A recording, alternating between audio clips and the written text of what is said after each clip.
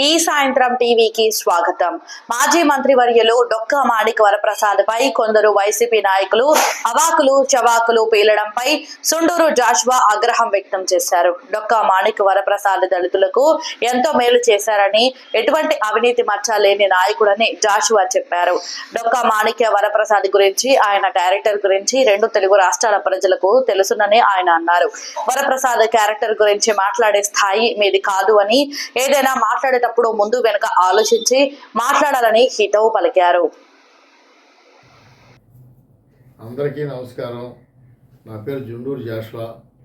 ఈ మధ్యకాలంలో డొక్కా మాణిక్ వరప్రసాద్ గారి గురించి కొంతమంది వైసీపీలో ఉన్న దళిత నాయకులు ఆయన గురించి అవాకులు చవాకులు పేలుతున్నారు. ఆయన గురించి ఏమి తెలుసు అని మాట్లాడుతున్నారు. ఆయన పార్టీలు మారారు, అది మారాడు, ఆ పార్టీ మారాడు, ఈ పార్టీ మారాడు అంటున్నారు. రాజకీయాల్లో పార్టీలు మారినోడు ఎవరు ఉంటారు? అందరూ పార్టీలు మారేవాళ్ళే. రాజకీయం అంటేనే రాజకీయం, పార్టీలు మారుతారు. ఆడ స్థాయిలో ఆయన మారుతారు, ఎవరి స్థాయిలో వాళ్ళు మారుతూ ఉంటారు.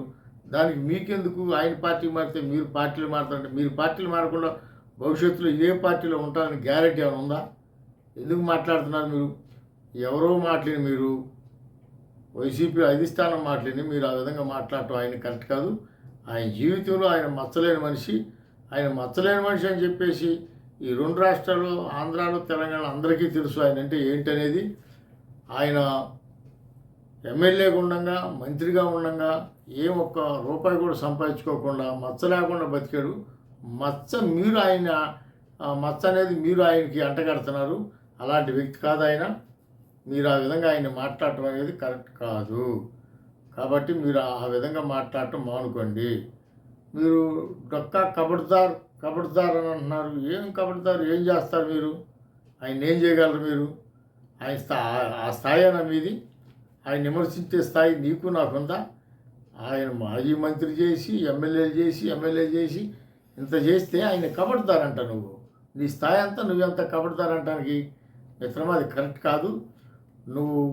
నీకేదో ఆ సజ్జల రామకృష్ణారెడ్డి గారు మీకేదో కిరీటం ఎత్తిన పెడతారని చెప్పేసి మీరు ఆయన కించపరచడం అనేది కరెక్ట్ కాదు. మనం ఒకే సామాజిక వర్గంలో ఉన్నటువంటి వాళ్ళం. మనకి వాళ్ళు గొడవలు పెడుతున్నారు. వాటిని మనం ఆ విధంగా మనం ఒకళ్ళం కించపరుచుకుని మాట్లాడుకోవటం అనేది అది కరెక్ట్ కాదు. మీరు అట్లా మాట్లాడొద్దు దయచేసి. ఎందుకంటే ఆయన చాలా పెద్ద మనిషి, మచ్చలేని మనిషి.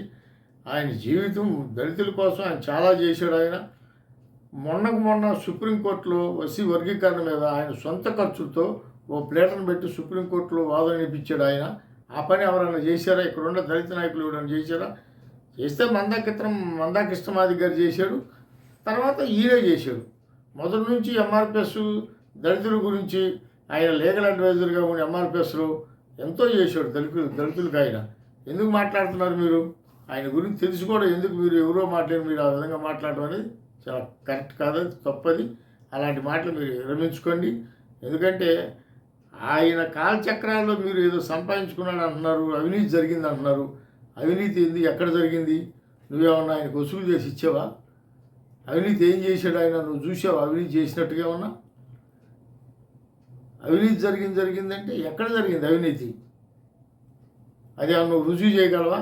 నువ్వేమన్నా ఆ అవినీతిని నువ్వేమన్నా బయటికి తీసి రుజువు చేయగలవా నువ్వు? అది కరెక్ట్ కాదు, అది తప్పు. ఆయన అవినీతి మనిషి కాదు. ఆయన ఎక్కడ అవినీతి చేయలేదు. మచ్చ లేకుండా ఇప్పుడు ఈ రోజుకి మచ్చ లేకుండా నీతి నిజాయితీగా బతికే మనిషి ఆయన. ఎవరన్నా దళితులు ఆయన దగ్గర పోయా నాకు ఈ సహాయం కావాలంటే చేతనైతే ఆయన చేసి పెట్టే మనిషే కానీ ఎవరికి అన్యాయం చేసే మనిషి కాదు, ఎవరికి కీడు చేసే మనిషి కాదు. మీరు ఆ విధంగా మాట్లాడడం అనేది కరెక్ట్ కాదు, తప్పు.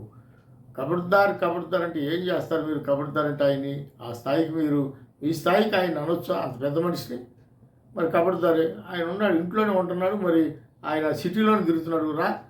ఏ సెంటర్కి వస్తాడా? కబడ్దార్ అంటున్నాం, మేము వస్తాం, లేకపోతే ఆయన వస్తాడు, ఏం చేస్తావు చేయను అంటే బెదిరిస్తున్నారు మీరు ఆయన్ని. ఆయన నోరు మూపిస్తున్నారు మీరు. ఉన్న విషయం చెప్పాడు ఆయన. మీరు రాజధాని ఇక్కడే పెడతామన్నారు, మళ్ళీ పెట్టలేదు, మళ్ళీ స్టాండ్ మార్చున్నారు అని చెప్పేసి ఉన్న విషయం చెప్పాడు ఆయన. దానికి మీరు ఎందుకు ఉరికి పడతాం? అది కరెక్ట్ కాదు కదా.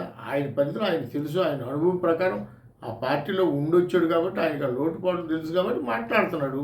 దానికి మీరెందుకు మాట్లాడతారు? మీ స్థాయి అది కాదు. మీరు ఆ విధంగా మాట్లాడొద్దు. దయచేసి మీరు అలాంటి మాటలు విరమించుకోండి. మన అందరం ఒకే సామాజిక వర్గం చెందినవాడమే, మళ్ళా మనకు గొడవలు వద్దు, అది తప్పు. కాబట్టి మీరు దయచేసి అది విరమించండి. ఆయన అట్లా అనొద్దు.